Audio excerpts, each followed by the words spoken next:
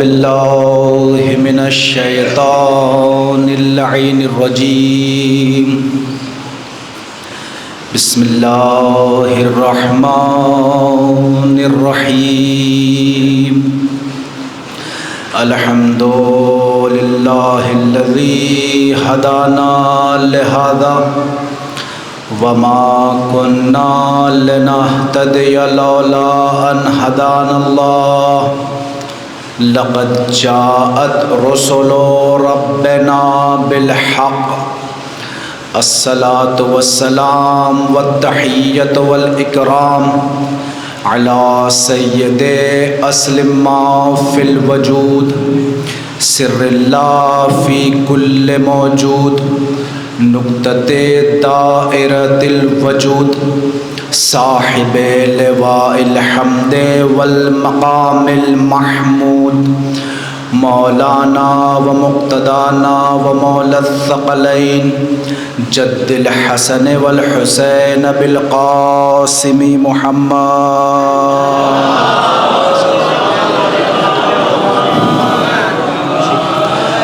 وعلى أهل بيته الطيبين الطاهرين المعصومين المنتخبين المنتجبين المظلومين الذين أذهب الله عنهم الرجس وطهرهم تطهيرا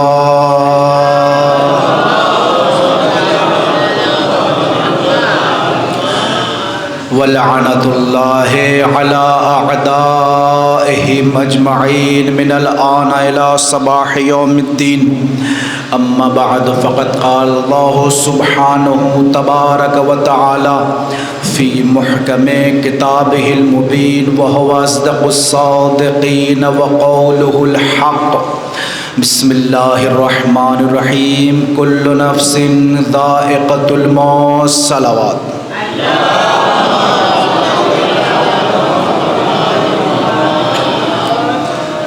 آپ حضرات سے گزارش ہے کہ ایک مرتبہ سورہ الحمد اور 3 مرتبہ سورہ توحید کی تلاوت فرما کر مرحومہ حاجیہ حسن بانو کربلائی مرحومہ بنت الحاج توکل حسین کربلائی کی روح کو اصالہ ثواب فرما دیں۔ صلوات بر محمد و آل محمد۔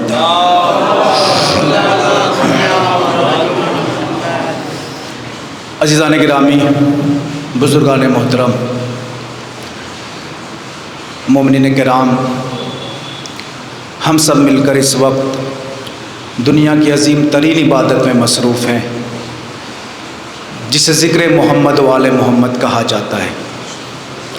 اللہ اس ذکر کو بپا کرنے کی توفیق ہر انسان کو نصیب فرمائے اور اس مجلس کو اپنی بارگاہ میں مشکور و مقبول فرمائے۔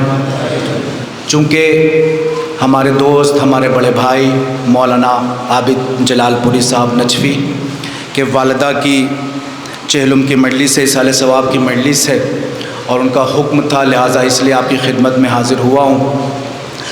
چونکہ ایک مرحومہ کے اصالہ ثواب کی مجلس ہے اور ایسی مرحومہ ہیں جو حج بھی کر چکی ہیں، جو زار امام حسین علیہ السلام بھی ہیں اور علی کی عاشقہ بھی تھی، مومنہ بھی تھی۔ تو آج آپ کی خدمت میں آپ نے دیکھا ہوگا جب گھر سے جنازہ نکلا ہوگا تو گریہ ہو رہا ہوگا، رو رہے ہوں گے لوگ، ظاہراً تو آپ کو گریہ نظر آ رہا ہے، لیکن اگر آپ روایات کی روشنی میں دیکھیں کہ ایک علی کا چاہنے والا یا علی کی چاہنے والی جب اس دنیا سے جاتی ہے تو معصومین کی نگاہ میں اس کی کیا اہمیت ہے، آج میں اس کو بیان کرنے والا ہوں۔ بس اس کو وصول کیجیے گا۔ میرے سامنے نجف سے مولانا معصوم صاحب تشریف فرما ہے، مولانا اصغر صاحب اور تمام علماء کرام تشریف فرما ہیں۔ میں ان کا چھوٹا بھائی ہوں، جو ان لوگوں سے سیکھا ہے وہ آپ کی خدمت میں پیش کروں گا، آپ میرا ساتھ دیجیے گا۔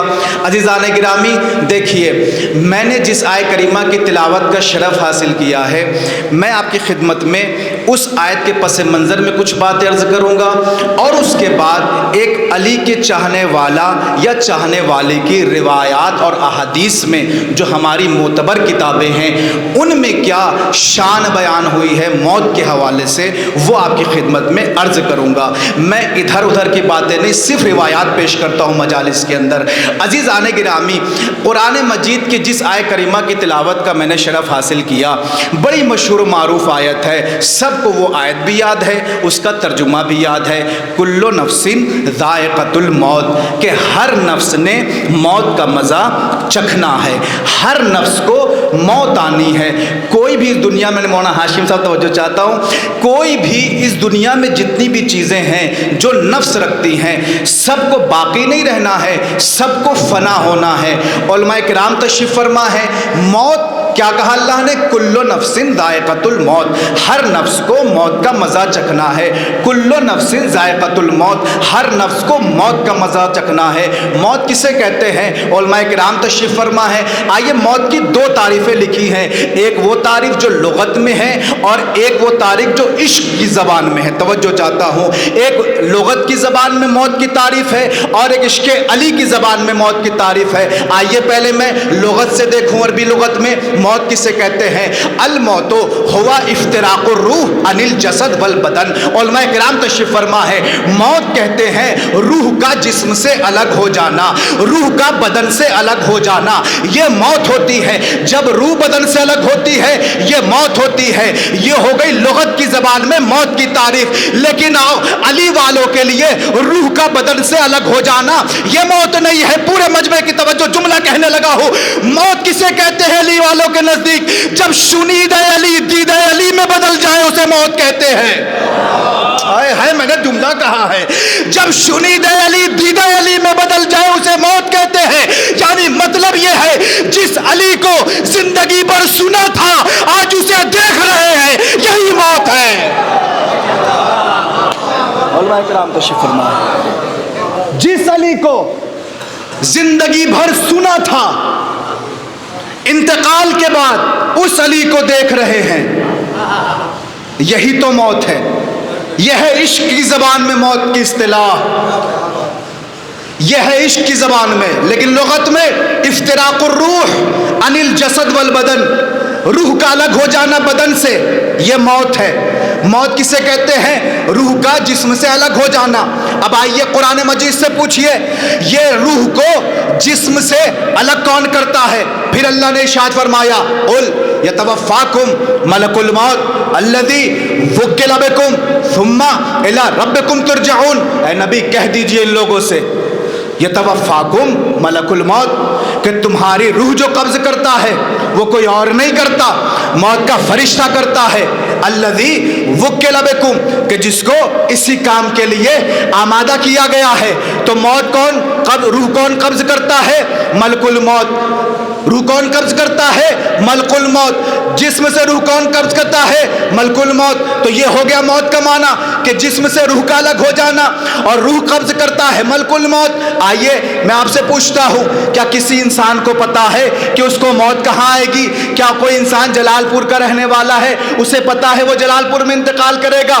ممکن ہے کربلا جائے، وہاں اس کا انتقال ہو جائے۔ کیوں؟ اس لیے اللہ قرآن میں ارشاد فرماتا ہے، ما تدری نفس بأی ارض تموت، کسی کو بھی نہیں پتا کس زمین میں اسے موت آئے گی۔ قرآن کہتا ہے ما تدری نفس بأی ارض تموت، کسی بھی نفس کو نہیں پتا کس زمین میں اسے موت آنی ہے، کس زمین پہ اسے موت آنی ہے۔ یہ کتنا اچھا نصیب ہوگا انسان جلال پور سے چلا ہو کربلا میں مر جائے۔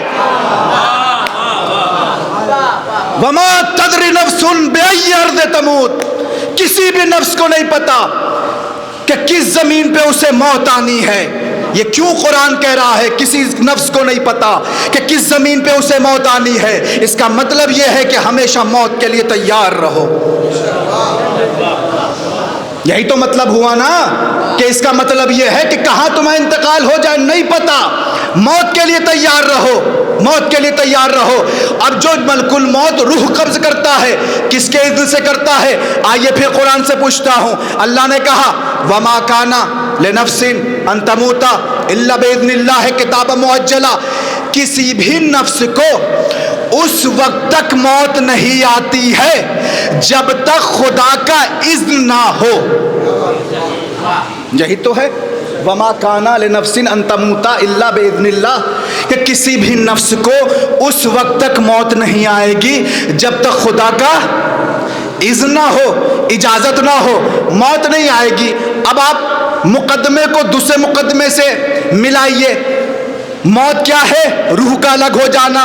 قبض کون کرتا ہے؟ ملک الموت. اجازت کس کی ضروری؟ اللہ کی اجازت ضروری ہے. یعنی خلاصہ یہ نکلا ایک جملے میں کہ ملک الموت روح قبض کرنے کی اجازت اللہ سے لیتا ہے. وما کان لنفس ان تموت الا باذن اللہ کتابا مؤجلا، کہ کسی بھی نفس کو موت نہیں آنی الا باذن اللہ، مگر یہ کہ وہ ملک الموت روح قبض کرنے کی اجازت اللہ سے لیتا ہے. آپ نے آیت سن لی، ترجمہ بھی سن لیا. اب آئیے جس مرحومہ کے سال ثواب کی مجلس ہے اس کی شان میں حدیث پڑھنے لگا ہوں کہ ایک جب علی کا چاہنے والا یا علی کی چاہنے والی جب اس دنیا سے جاتی ہے، ظاہراً آپ رو رہے ہیں، گریہ کرتے ہیں، لیکن آئیے روایات کیا کہتی ہے. آیت کو دیکھیے گا، ملک الموت روح قبض کرنے کی اجازت اللہ سے لیتا ہے. کس سے لیتا ہے؟ میرے ساتھ دیجیے گا. میں اس لفظ پہ کیوں توجہ دے رہا ہوں؟ ملک الموت روح قبض کرنے کی اجازت اللہ سے لیتا ہے. لیکن میں آئیے آپ کی خدمت میں ایک علی کے شیعہ کی عظمت بیان کروں. جا کے دیکھیے گا جو تفصیل سے معراج کی کتابیں لکھی گئی ہیں، وہاں سے روایت پڑھ رہا ہوں. روایت کہتی ہے رسول اللہ فرماتے ہیں لما اسریا بی الی السماء السادسہ، توجہ، جب میں شب معراج چھٹے آسمان پہ پہنچا، فرأیت ملک الموت، میں نے ملک الموت کو دیکھا، وہو رآنی، اس نے مجھے دیکھا. جب دیکھا فسلم علیہ، اس نے مجھے سلام کیا، فرددت علیہ، میں نے جواب سلام دیا. جب جواب سلام دیا تو ایک مرتبہ، جملے کی توجہ چاہتا ہوں، ایک مرتبہ جناب ملک الموت نبی سے یہ کہنے لگے یا رسول اللہ اذا وصلت الی الارض فابلغ عنی السلام الی علی ابن ابی طالب. یا رسول اللہ جب معراج سے فارغ ہو کر کے زمین پہ جائیے گا تو علی کو میرا سلام کہہ دیجیے گا. توجہ، یا رسول اللہ اذا وصلت الی الارض فابلغ عنی السلام الی علی ابن ابی طالب، جب زمین پہ جائیے گا تو علی کو انی میری جانب سے سلام پہنچا دیجیے گا. پورے مجمع کی توجہ. جیسے ہی رسول نے سنا کہ ملک الموت چھٹے آسمان پہ کہہ رہے ہیں علی کو میرا سلام پہنچا دیے گا، رسول فرمانے لگے کیف تعرفہ،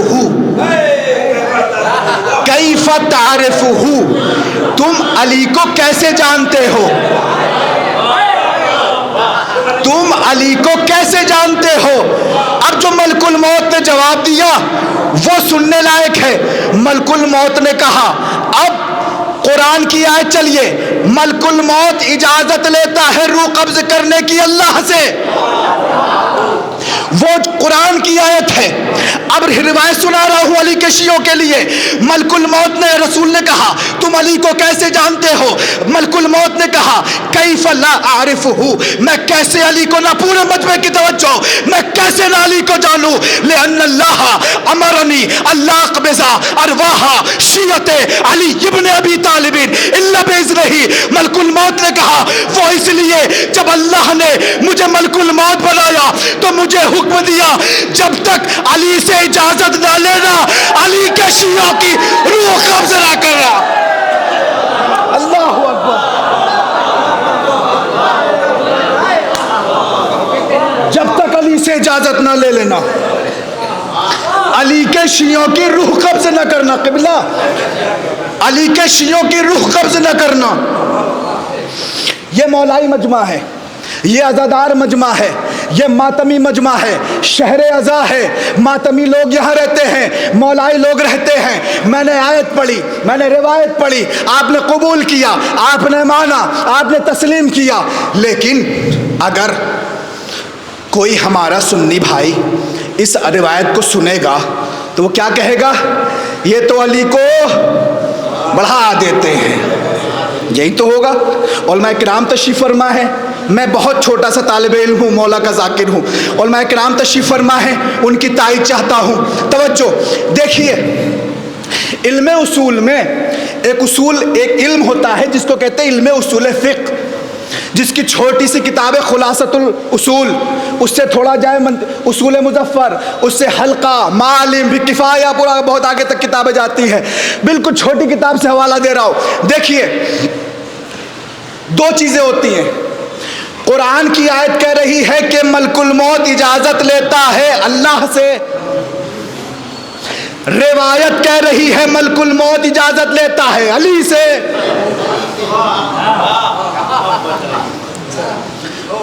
ہم کیا مانیں بھائی؟ روایت میں غلط اور صحیح ہو سکتا ہے، لیکن آیت میں غلط اور صحیح نہیں ہو سکتا۔ اچھا، مشکل کہاں پیدا ہو رہی ہے؟ مشکل وہاں پیدا ہو رہی ہے ظاہراً یہ جو روایت ہے وہ قرآن کی آیت سے تعارض رکھ رہی ہے، یعنی ٹکرا رہی ہے۔ کیوں؟ قرآن میں ہے اللہ کی اجازت، روایت میں ہے علی کی اجازت۔ تو مسئلہ یہاں پہ ہے کہ چونکہ علی کی اجازت الگ ہے، اللہ کی اجازت الگ ہے، تو اگر جہاں علی کی اجازت الگ ہو، اللہ کی اجازت الگ ہو، وہاں ٹکراؤ نظر آئے گا۔ لیکن اگر میں ثابت کر دوں جو علی کی اجازت وہ اللہ کی اجازت، توجہ نہیں کی آپ نے، اگر میں ثابت کر دوں جو علی کی اجازت وہ اللہ کی اجازت، تو پھر کوئی تعارض اور کوئی ٹکراؤ نہیں ہوگا نا، کیونکہ دونوں کی اجازت ایک ہو گئی۔ اب سنیے گا، مجھے نہ پتا چلتا کہ علی کی اجازت اور اللہ کی اجازت الگ ہے یا ایک ہے اگر ایک واقعہ نہ ہوتا ملک عراق میں، شہر کوفہ میں، مسجد اعظم میں، منبر ابیض پر خطیب منبر سلونی نے اگر یہ نہ کہا ہوتا قسم اس ذات کی کہ جس کے قبضہ قدرت میں علی کی جان ہے، واللہ نحن اذن اللہ المعزون، علی نے کہا ہم خدا کا اذن ہے، ہم 14 خدا کا اذن ہے، نحن اذن اللہ، نحن اذن اللہ۔ علماء کرام تشریف فرما ہے، نحن اذن اللہ المعزون، معزون اس میں مفعول ہے، اذن یافتہ، ہم اللہ کے اذن یافتہ اذن ہیں۔ بس دونوں اذن میں فرق یہ ہے، اس کا اذن حقیقتاً ہے، ان کا اذن عرض میں ہے، یعنی عطا ہے، اس نے ان کو اذن عطا کیا ہے، اس لیے ان کا اذن اور اللہ کا اذن الگ الگ نہیں ہوتا ہے۔ یہ ہے ایک علی کے چاہنے والے کی عظمت جس پہ آپ گریہ کرتے ہیں، روتے ہیں۔ ملک الموت اس کے روح قبض کرنے کی اجازت علی سے لیتا ہے، علی سے لیتا ہے۔ اور سنیے گا، جب جاکنی کا عالم ہوتا ہے یعنی احتضار کا، اس کا آخری وقت ہوتا ہے، تو کیا عالم ہوتا ہے؟ چھٹے معصوم کی خدمت میں ایک بندہ آیا امام کی خدمت میں، کہتا ہے مولا میں نے سنا ہے کہ جب کوئی انسان اس دنیا سے جاتا ہے تو اس کی روح ایسے قبض ہوتی ہے کہ جیسے کسی کانٹے دار درخت پہ کوئی ریشمی کپڑا ڈالا جائے اور اسے کھینچ لیا جائے تو ایک ایک تار الگ ہو جاتے ہیں، تو اس طریقے سے روح قبض ہوتی ہے۔ مولا نے کہا یقیناً ایسا ہوتا ہے، لیکن یہ ان کی روح قبض ہوتی ہے اس طرح سے جو کافر ہوتے ہیں، جو منافق ہوتے ہیں۔ کہا مولا پھر علی کا چاہنے والا جب اس دنیا سے جاتا ہے تو کس طریقے سے اس کی روح قبض ہوتی ہے؟ روایت سنیے گا، عجیب روایت ہے۔ مولا کہتے ہیں کیا تم نے سورہ یوسف کی تلاوت نہیں کی؟ اس نے کہا مولا میں نے سورہ یوسف کی تلاوت کی ہے۔ کہا مولا نے کہا سورہ یوسف میں تو لکھا ہوا ہے کہ کیسے مومن کی روح قبض ہوتی ہے۔ کہا مولا کہاں لکھا ہے؟ مولا نے کہا میں بتاتا ہوں، کیا تجھے وہ واقعہ یاد نہیں کہ جب جناب زلیخا پہ یہ الزام لگایا گیا کہ ملکہ مصر کے ہوتے ہوئے تجھے اپنی عزت کا خیال نہیں؟ تو مولا نے کہا تجھے پتا ہے جناب زلیخا نے کیا کیا؟ کہا مولا کیا کیا؟ کہا جناب یوسف کو ایک پردے کے پیچھے رکھ دیا عورتوں کو پیچھے کر دیا، ایک پردہ کھینچ دیا اور عورتوں سے کہا کہ جب میں پردہ ہٹاؤں تم لوگ، جب عورتوں سے کہا کہ جب میں پردہ ہٹاؤں یوسف تم عورتوں کی طرف جانا، تو مولا نے کہا کیا کہتی روایت؟ اور مولا فرماتے ہیں کہ تم نے سنا ہوگا، دیکھا ہے سورہ یوسف میں کہ جناب زلیخا نے عورتوں کے ہاتھوں میں ایک لیمون دیا تھا اور ایک چاقو دیا تھا اور عورتوں سے کہا تھا یوسف پہ جیسے نظر پڑے تم لوگ اپنے لیمون کو کاٹ دینا۔ تو مولا نے کہا تمہیں واقعہ یاد ہے؟ کہا مولا یاد ہے۔ کہا اتنا بتاؤ کہ جناب یوسف کو دیکھ کر کے انہوں نے لیمون کاٹا یا اپنی انگلیاں کاٹی؟ لیمون کاٹا یا اپنی انگلیاں کاٹی؟ کہا مولا لیمون تو نہیں کاٹا، اپنی انگلیاں کاٹی۔ مولا نے ایک جملہ کہا، ایک بات بتاؤ، کیا ان لوگوں کو انگلی کے کٹنے کا احساس ہوا؟ کیا ان کو انگلی کے کٹنے کا احساس ہوا؟ کہا مولا احساس نہیں ہوا۔ کہا کیوں؟ کہا یوسف کے دیدار میں اتنا محو ہو گئی تھی کہ کب انگلی کٹ گئی پتہ بھی نہیں چلا۔ میرے مولا نے کہا یہی وقت ہوگا، احتضار کا عالم ہوگا، جب علی کا جانے والا اس دنیا میں جائے گا، جیسے اس کی آنکھ کھلی ہوگی سامنے محمد ہوگے، علی ہوگے، فاطمہ ہوگی، حسن ہوگے، قبر نکل جائے گی پتہ بھی نہیں چلے گا۔ اللہ اکبر، اللہ اکبر۔ مل کے نجف تک آواز جائے، مل کے حاضری، سلامت رہیں۔ اللہم صلی علی محمد وآل محمد۔ مولا سلامت رکھے آپ کو، مولا سلامت رکھے آپ کو۔ پنجتن کے دیدار میں اتنا محب ہو جائیں گی کہ کب ان کی روح قبض ہو جائے گی اور ان کو پتہ بھی نہیں چلے گا۔ یہ ہے علی کا چاہنے والا، یہ ہے مرد مومن۔ آئیے پھر ایک روایت سناتا ہوں، دو کتاب کا حوالہ دیتا ہوں، شیخ عباس قمی کے مناظر الاخرہ، وہاں بھی روایت موجود ہے، اور بحال الانوار میں علامہ مجلسی نے لکھا اس روایت کو، دونوں جگہ سے پڑھ رہا ہوں، عجیب روایت ہے۔ فرماتے ہیں، میں مناظر الاخرہ سے پڑھ رہا ہوں، فرماتے ہیں کہ یا تو یہ روایت 5ویں امام سے ہے یا یہ روایت 6 امام سے، دونوں سے ہے یہ روایت۔ ایک صلوات پڑھتا ہوں۔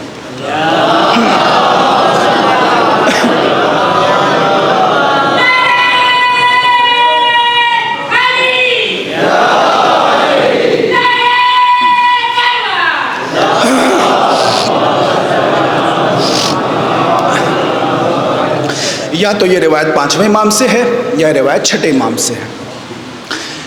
عجیب روایت ہے، خدائے قسم، ایک مومن کی عظمت کیا ہوتی ہے، غور کیجئے گا۔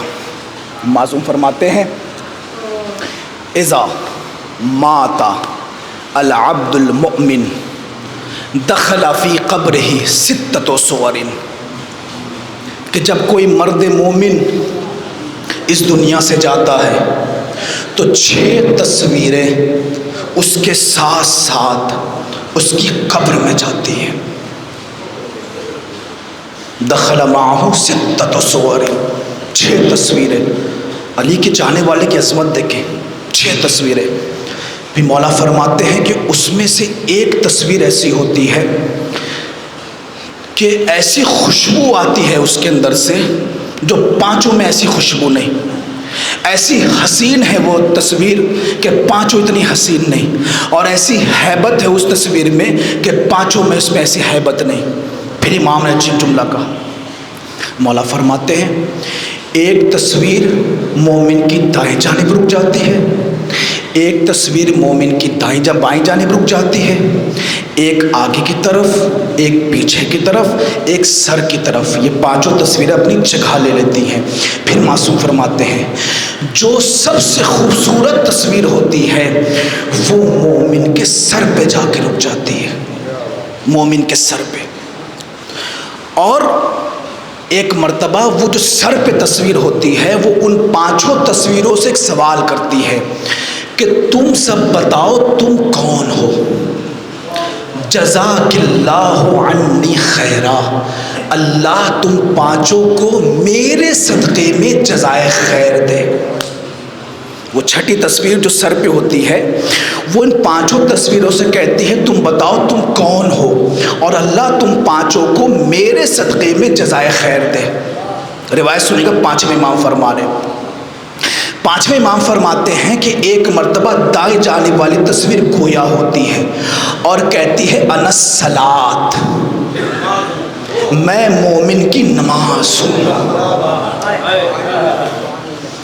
میں مومن کی نماز ہوں جو اس کے ساتھ ساتھ ہوں۔ بائیں والی تصویر کہتی انا الزکوٰۃ، میں مومن کی زکوٰۃ ہوں، اور جو آگے والی کہتی انا الصیام، میں مومن کا روزہ ہوں، جو پیچھے ہے وہ کہتی انا الحج، میں مومن کا حج ہوں، اور پانچویں تصویر کہتی ہے انا بر من واصلت من اخوانک، کہ تم جو اپنے رشتہ داروں سے صلہ رحمی کرتے تھے، رشتہ داری نبھاتے تھے، لوگ کہتے تھے کیوں ملنے جا رہے ہو، آؤ دیکھو تو صحیح قبر میں تمہارا مقام کیا ہے۔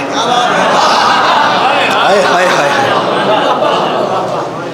قبر میں تمہارا مقام کیا ہے۔ اپنے رشتہ داروں کو کبھی بھولنا نہیں، اپنے رشتہ داروں کو کبھی فراموش نہ کیجیے گا۔ غریب ہو تب بھی اس سے ملنے جایا کرو، امیر ہو تب بھی ملنے جایا کرو۔ یہ جو رشتہ داری نبھاتے ہیں نا، یہ نیکی بن کے آپ کے ساتھ ساتھ قبر میں جاتی ہے۔ یہ پانچ تصویروں نے اپنا تعارف کرایا۔ توجہ، جب پانچوں تصویریں اپنا تعارف کرا چکی تو پانچوں تصویریں کہتی ہیں کہ یہ بتاؤ، ہم نے تو اپنا تعارف کرا دیا کہ ہم نماز، ہم روزہ، ہم حج، ہم زکوٰۃ، ہم صلہ رحمی کی تصویر، اور لیکن ہم دائیں جانب، ہم بائیں جانب، ہم آگے، ہم پیچھے، لیکن تم تو مومن کے سر پہ تاج بن کے بیٹھی ہوئی ہو، تم تاج بن کے بیٹھی ہوئی ہو، تم کون ہو؟ ایک پورے مجمع کی توجہ، وہ چھٹی تصویر کہتی ہے انا الولایۃ لآل محمد۔ اللہ اکبر، انا الولایۃ لآل محمد۔ اللہ اکبر، سلامت رہیں آپ۔ انا الولایۃ لآل محمد، سلامت رہیں آپ۔ انا الولایۃ لآل محمد، اللہم صلی علی محمد وآل محمد وعجل فرجہم۔ انا الولایۃ لآل محمد، میں آل محمد کی ولایت ہوں، میں آل محمد کی ولایت ہوں۔ آپ نے توجہ نہیں کیا، وہ جملہ بھول گئے، میں آپ کو لے کے آتا ہوں اس جملے پہ۔ یہ جو آل محمد کی ولایت والی تصویر ہے، یہ سر پہ تھی مومن کے، اور اس نے یہ پانچوں تصویروں سے کہا تھا کہ نام بتاؤ، اور جب نام بتاؤ گی تو فجزاک اللہ انی خیرا، اللہ تم کو میرے صدقے میں جزائے خیر دے گا۔ تو سب نے بتایا نماز، روزہ، حج، زکوٰۃ، اور اس نے کہا اللہ تم کو میرے صدقے میں جزائے خیر دے گا، یعنی پتہ چل گیا نماز پڑھتے رہو، روزہ رکھتے رہو، حج کرتے رہو، زکوٰۃ دیتے رہو، اگر ولایت رہے کچھ بھی قبول نہیں۔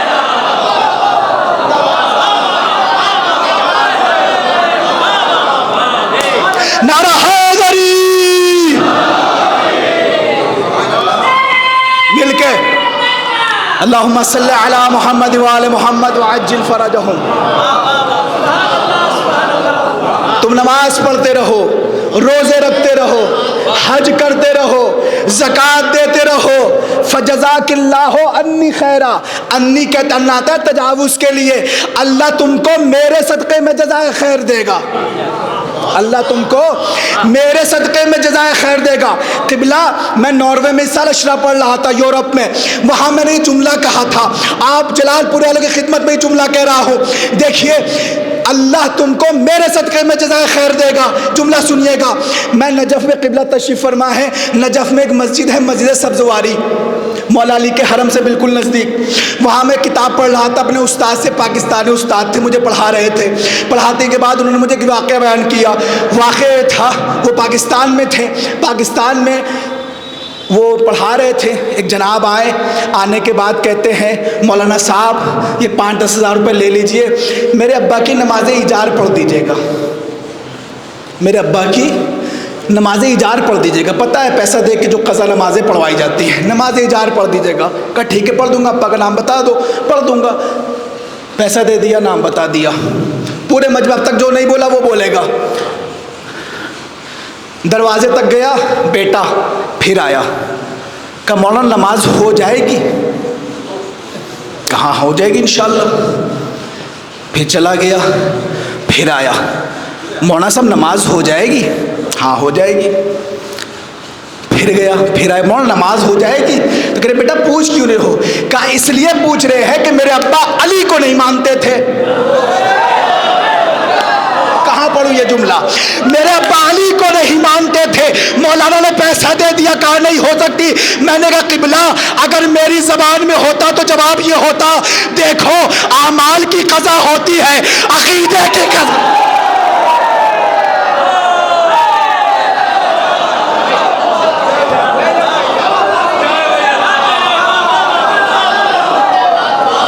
سلامت رہیں آپ۔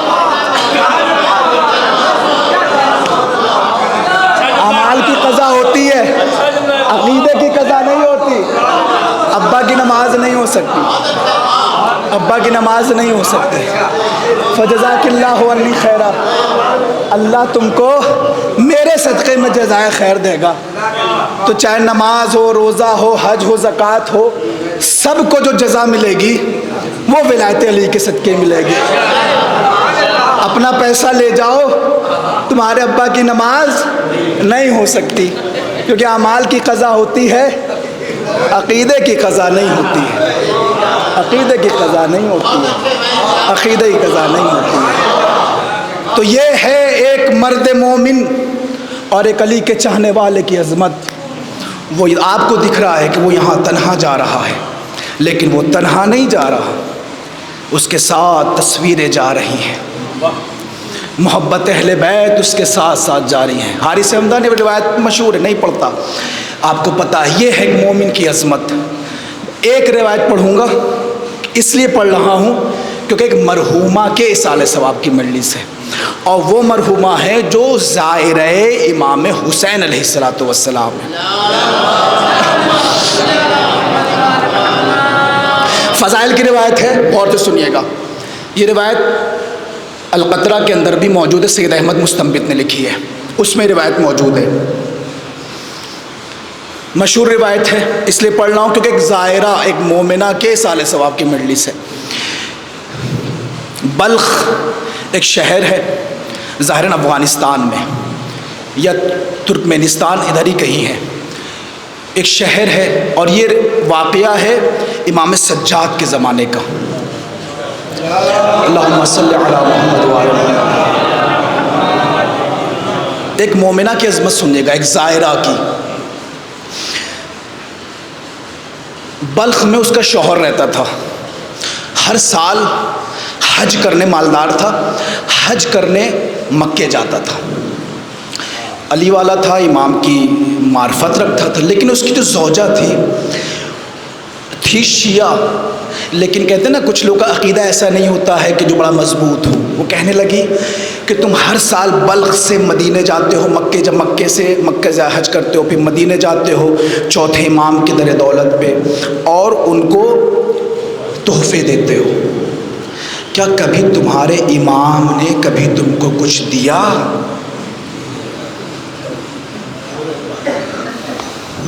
گیو اینڈ ٹیک، دو تو ملے گا، تمہارے امام نے کبھی تم کو دیا؟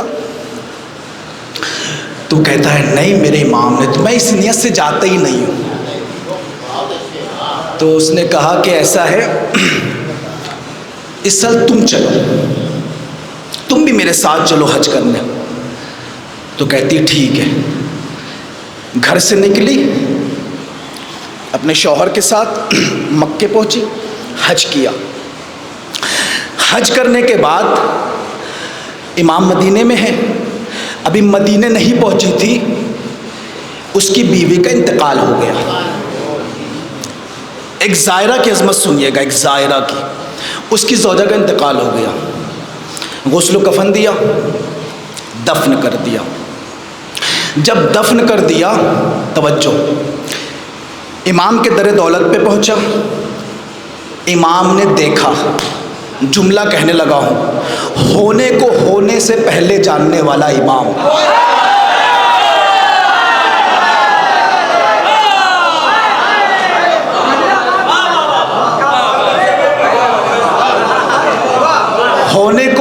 جمعے سے پہلے جاننے والا امام ایک جملہ کہتا ہے، چلے تھے دو پہنچے ایک۔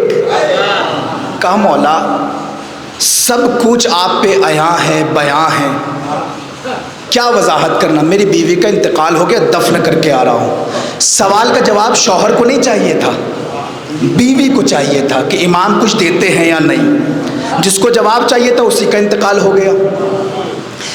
جیسے اس نے کہا مولا دفن کر کے آیا ہوں، مولا نے کہا جا بیٹھی ہے لے کے آ۔ توجہ نہیں کی آپ نے جانے گرامی، وہی بیٹھی ہے لے کے آ۔ کہا مولا اپنے ہاتھ سے دفنا کے آیا ہوں۔ کہا مولا نے کہا کہ جا لے کے آ۔ جملہ سنیے گا، جیسے ہی اس نے کہا کہ مولا دفنا کے آیا ہوں، ایک بندہ بیٹھا تھا، اس نے کہا یقین میں ذوف رکھنے والے نفس مطمئن کہہ رہا ہے۔ ہائے ہائے ہائے ہائے ہائے،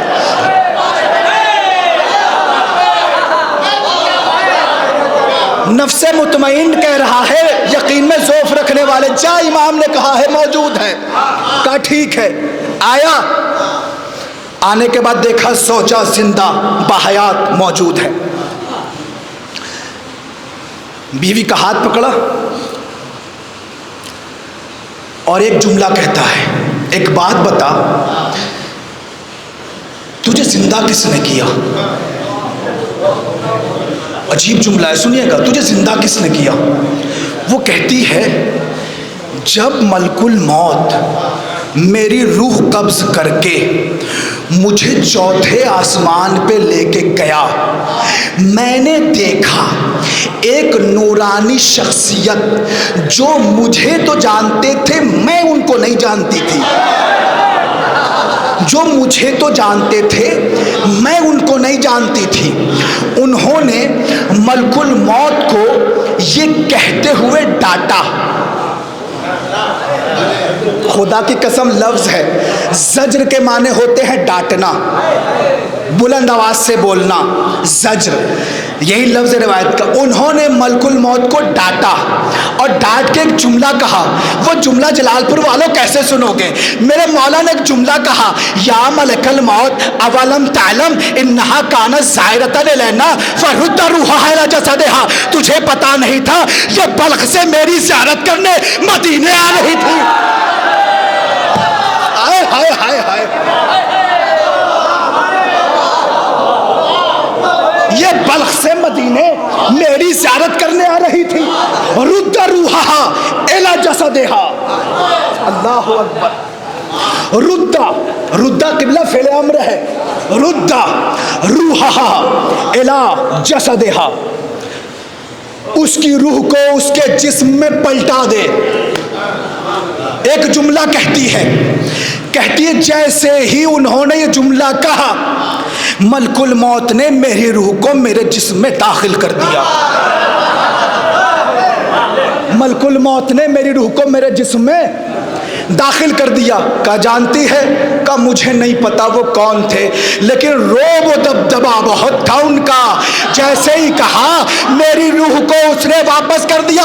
پورے مجمع کی توجہ، کہا ٹھیک ہے چل میرے امام کے پاس۔ اب جیسے ہی بیوی کا ہاتھ پکڑ کے امام کے در دولت پہ آیا، ایک مرتبہ دروازہ کھلا، اس نے امام کو دیکھا، کہتی ہے واللہ ھذا الذی زجر ملک الموت۔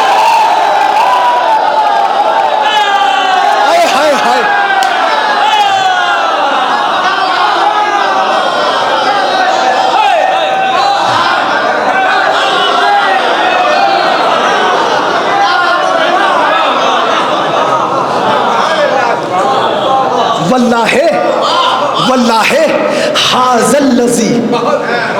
ھذا الذی زجر ملک الموت، بخدا یہی تھے،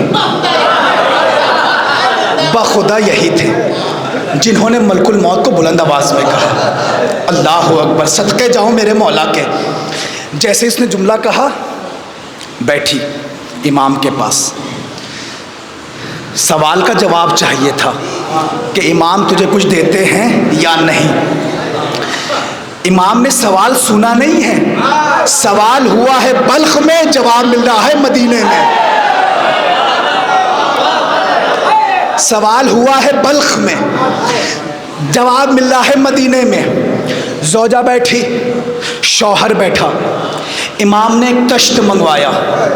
تشت منگوانے کے بعد امام، وہ امام جو خود غلاموں کا ہاتھ دھلاتا ہے، آج مصلحتاً کچھ دکھانے کے لیے اس انسان سے کہتا ہے تو میرا ہاتھ دھلا۔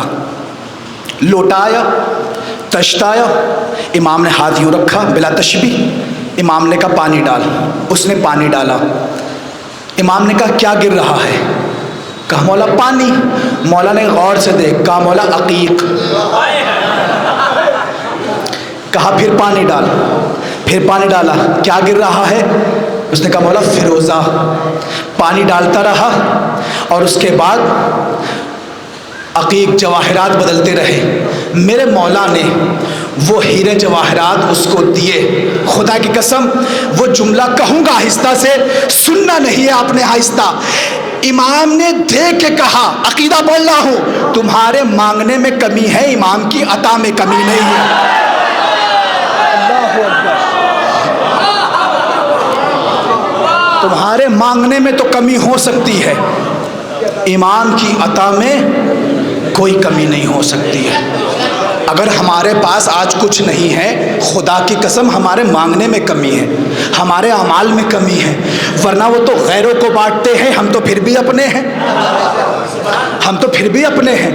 عزیزان گرامی، اس کے بعد اس نے امام کی خدمت میں پورا واقعہ پیش کیا کہ آپ نے اس طریقے چوتھے آسمان گئے، پورا واقعہ بیان کیا۔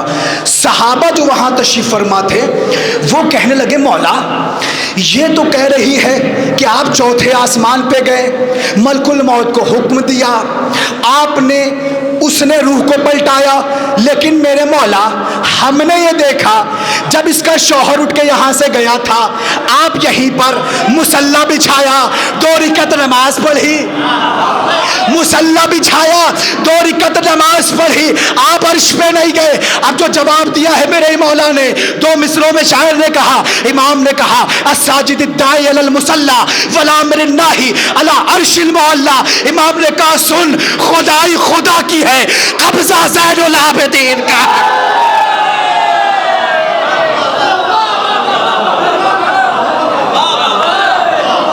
صلوات پر محمد وآل محمد۔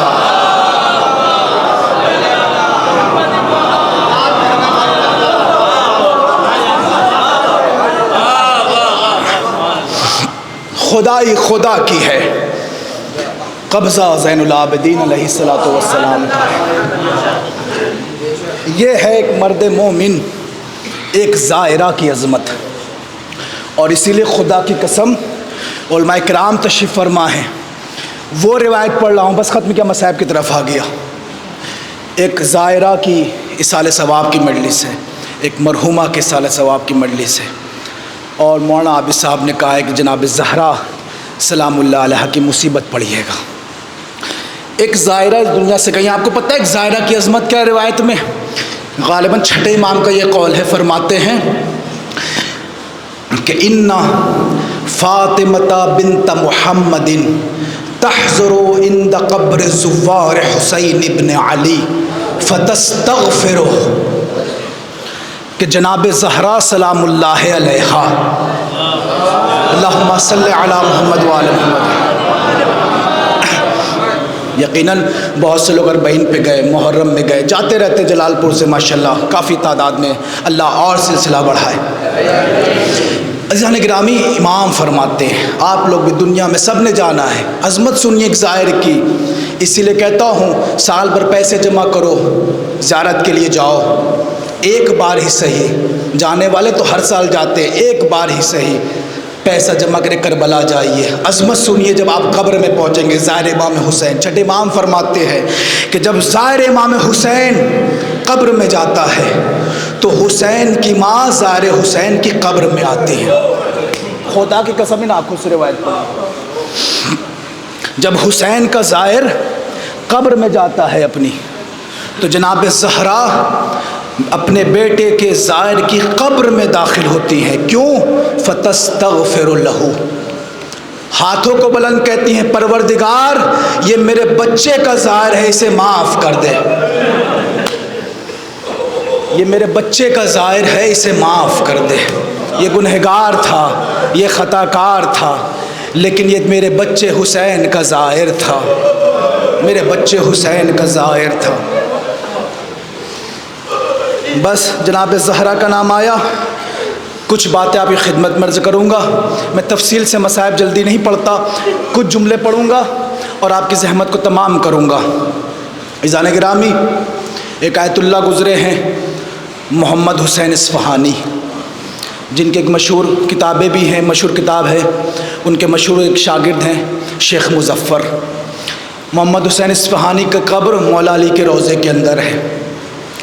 وہ ایک مجتہد تھے، مرجع وقت تھے، اور ایک آیت اللہ تھے، خطیب بھی تھے، اور ساتھ میں اللہ نے ان کو شاعری کا بھی ذوق دیا تھا، شاعری بھی کرتے تھے وہ۔ ان کا ایک مرثیہ بڑا مشہور ہے، مراثی فاطمۃ الزہرا، جناب زہرا سلام اللہ علیہا پہ انہوں نے ایک مرثیہ لکھا ہے۔ اس میں سے ایک یا دو بند پڑھوں گا، اور جس مرثیے میں جو لفظ کا استعمال کیا ہے، جس واقعے کی طرف اشارہ کیا ہے، اس کو پڑھوں گا۔ شعراء تشریف فرما ہیں، شعر سنتے ہیں، لفظ سنیے گا۔ انہوں نے ایک مجتہد جب کوئی لفظ رکھے بڑا سوچ کے رکھتا ہے۔ جملہ سنیے گا، فرماتے ہیں مفتاح و ذکرہا حدیث البابی، کہتے ہیں لوگوں میں اس بی بی کی مصیبت کہاں سے بیان کروں کہ جس کی مصیبت کی چابی اس کے گھر کا دروازہ ہے۔ اللہ اکبر، لفظ دیکھیں، لفظ مفتاح و ذکرہا حدیث البابی، جس کے مصیبت کے ذکر کی چابی اس کا دروازہ ہے۔ پھر فرماتے ہیں الباب والجدار والدماء شہود و صدقین ما بہی خفا، کہتے ہیں لوگوں مجھ سے پوچھنا چاہتے ہو محمد حسین اصفہانی سے کہ بی بی کی مصیبت کے کتنے گواہ ہیں، تو آؤ میں بتاؤں کتنے گواہ ہیں۔ الباب والجدار والدماء، دروازہ جو گرا دیا گیا، وہ دیوار جس کے درمیان آ گئی، وہ خون جو بی بی کے بدن سے نکل گیا۔ اللہ اکبر، اللہ اکبر، اللہ اکبر۔ 1-2 مہینے کے بعد بی بی کی شہادت کے دن آنے والے ہیں۔ الباب والجدار والدماء شہود و صدقین، یہ بی بی کے سچے گواہ ہیں جس میں کسی کو اختلاف نہیں۔ پھر ایک جملہ کہا، کہتے ہیں جاوز الحد بلطم خدی، ایک لفظ آئے گا لطم، میں اس کا ترجمہ نہیں کروں گا، میری طرف دیکھیے گا، آپ کو مصائب سمجھ میں آ جائیں گے۔ جاوز الحد، فرماتے ہیں ان لوگوں نے اتنا ظلم کیا بے لطم خدی، بس میں نے پڑھ دی مصیبت، میں جملہ نہیں کہوں گا، میں یہ گستاخی نہیں کروں گا ترجمہ کر کے۔ انہوں نے اتنا ظلم کیا بے لطم خدی، خد کہتے ہیں رخسار کو، لطم کہتے ہیں تماچے کو۔ پڑھ دیا میں نے مسائل۔ ایک مرجع مرثیہ پڑھ رہا ہے، مرجع وقت، جاوز الحد بلطم الخد شلت ید الطغیان والتعدی، اس ظالم کا ہاتھ شل ہو جاتا۔ پھر جملہ سنیے گا، پھر ایک مصرع پڑھتا ہوں، پھر فرماتے ہیں لستو ادری خبر المسماری، مجھ سے نہ پوچھو اس میخ اور کیل نے کیا کیا جو دروازے میں لگی تھی۔ اللہ اکبر، لستو ادری خبر المسماری، مجھ کیا کیا جو دروازے میں لگی تھی؟ آپ کو پتا ہے علماء فرماتے ہیں کان المسمار فی الباب دخل فی جسد فاطمہ، ارے دروازے میں ایک کیل تھی جو بی بی کے پہلو پہ. اللہ اکبر، اللہ اکبر. کان المسمار فی الباب دخل فی جسد فاطمہ. مسائل پورا نہیں پڑھوں گا، بس ایک جملہ ایک شعر پڑھوں گا، مصیبت کو تمام کروں گا. سنیے گا. فرماتے ہیں وَوَقْزِ نَعْلِ السَّيْفِ فِي جَنْبَيْهَا. ہم نے نوحے بھی سنے ہیں نا، میرا سنمیر نے کیا پڑھا ہے؟ پہلو بھی شکستہ ہے، تربت بھی شکستہ ہے. آپ یہ سنتے ہیں نا کہ بی بی کا ایک پہلو شکستہ ہوا. خدا کی قسم محمد حسین اصفہانی کہہ رہے ہیں جنبیہا، درو فرماتے جنبیہا، ارے اس ظالم نے تلوار کے قبضے سے بی بی کے دونوں پہلو پر. اللہ اکبر. محمد حسین اصفہانی کہہ رہے ہیں وَوَقْزِ نَعْلِ السَّيْفِ فِي جَنْبَيْهَا، بی بی کے دونوں پہلو پر اس نے تلوار کے قبضے سے مارا. آیت اللہ شیخ بشیر حسین نجفی فرمایا کرتے ہیں، انہوں نے مصیبت میں پڑھا کہ یہی وجہ ہے جب تک بی بی پہ یہ ظلم ہوا، جب تک بی بی زندہ رہی، کبھی بھی بی بی چت نہ لیٹ سکی. کبھی ادھر کبھی ادھر. اللہ اکبر. نہ اس سرہانے نہ اس طرف چیت لیٹتی تھی میری بی بی. ایک بات زحمت کو تمام کرتا ہوں عزادارو، آپ کو پتا ہے نا اس ظالم نے لطم کے معنی تماچے ہوتے ہیں، خط کے معنی رخسار کے ہوتے ہیں. آپ کو پتا ہے نا اس نے یہ ظلم کب کیا؟ علماء کرام تشریف فرما ہے، الاختصاص سے پڑھ رہا ہوں. الاختصاص میں لکھا ہے، امام فرماتے ہیں جب بی بی کو خلیفہ نے رقہ لکھ کے دے دیا، بی بی بازار میں آئی. آنے کے بعد ایک خلیفہ آ رہا تھا. اس نے کہا ما حاضی بین یدیک، کہ آپ کے ہاتھ میں کیا ہے؟ بی بی نے کہا یہ رقہ ہے، خط مجھے فدق واپس کر دیا گیا، بس ختم کیا میں نے، مجھے فدق واپس کر دیا. بی بی نے کہا، اس نے کہا مجھے دیجئے. بی بی نے انکار کر دیا. خدا کی قسم 8ویں امام سے روایت ہے جیسے بی بی نے انکار کیا نا لطما علی خدہا. اللہ اکبر. 8واں امام فرما رہا ہے لطما علی خدہا. عزادارو عجیب جملہ ہے. جب اس نے بی بی پہ ظلم کیا ہے، ظلم کرنے کے بعد روایت کہتی ہے کہ بی بی کے کانوں میں جو بالیاں تھی وہ زمین پہ گر گئی تھی. عزادارو اس واقعے کو کون دیکھ رہا تھا؟ روایت کہتی ہے وہ واقعہ جب ہوا وہاں پر تو امام حسن انگلیاں پکڑ کر کے اپنی اماں کے ساتھ کھڑے ہوئے تھے. چھوٹے چھوٹے بچے ہیں نا آپ کے. عزادارو بس ختم کیا میں نے. نجف اشرف میں مجلس ہو رہی تھی ایام فاطمیہ کی. علامہ شہنشاہ حسین نقوی جو کراچی کے ہیں وہ مجلس پڑھ رہے تھے. مجلس پڑھتے انہوں نے یہ روایت پڑھی اور ایک جملہ کہا. کراچی میں ایک شوہر نے اپنی بیوی کو غصے میں آ کے ایک تماچا مار دیا. بیوی 1 دن بعد 2 دن بعد شوہر کے پاس آئی اور آنے کے بعد ایک جملہ کہتی، کیسے برداشت کرو گے؟ کہتی آپ میرے شوہر ہیں، آپ نے مجھے مارا، میں کچھ نہیں کہتی، لیکن جب بھی مجھے تماچا مارا کیجئے یہ دیکھ لیا کیجئے میرے سامنے میرا بچہ تو نہیں ہے، کیونکہ بچے نے مجھے تماچے کھاتے ہوئے دیکھا. میرا بچہ 3 دن سے بخار میں ہے. عزادارو جب ظالم نے بی بی کو تماچا مارا، امام حسن دیکھ رہے تھے.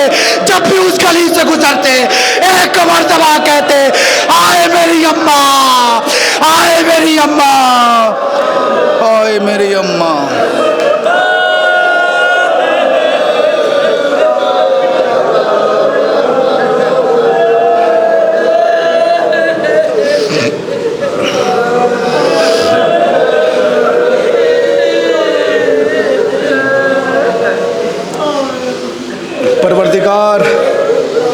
ہماری اس عبادت کو اپنی بارگاہ میں قبول فرما۔ حاضرین مجلس کی تمام حاجات شرعیہ کو اپنی بارگاہ میں قبول فرما۔ حاضرین مجلس کی تمام حاجات کو اپنی بارگاہ میں قبول فرما۔ پروردگار جو بے روزگار ہیں ان کو روزگار عطا فرما، جو مقروض ہیں انہیں بار قرض سے نجات عطا فرما۔ پروردگار جو روزگار سے لگے ہوئے ان کے روزگار میں برکت عطا فرما۔ پروردگار جو کسی بھی حوالے سے پریشان ان کی پریشانیوں کو دور فرما۔ پروردگار جو کربلا اور حج کے متمنی ہیں انہیں کربلا اور حج کی زیارت نصیب فرما۔ پروردگار اس مجلس کا ثواب مرحومہ کی روح کو ایصال ثواب فرما۔ پروردگار جہاں بھی شان حیدر قرار ہیں ان کی جان مال عزت و آبرو کی حفاظت فرما، اور سب سے بڑی دعا یہ امام زمانہ کے ظہور میں تعجیل فرما۔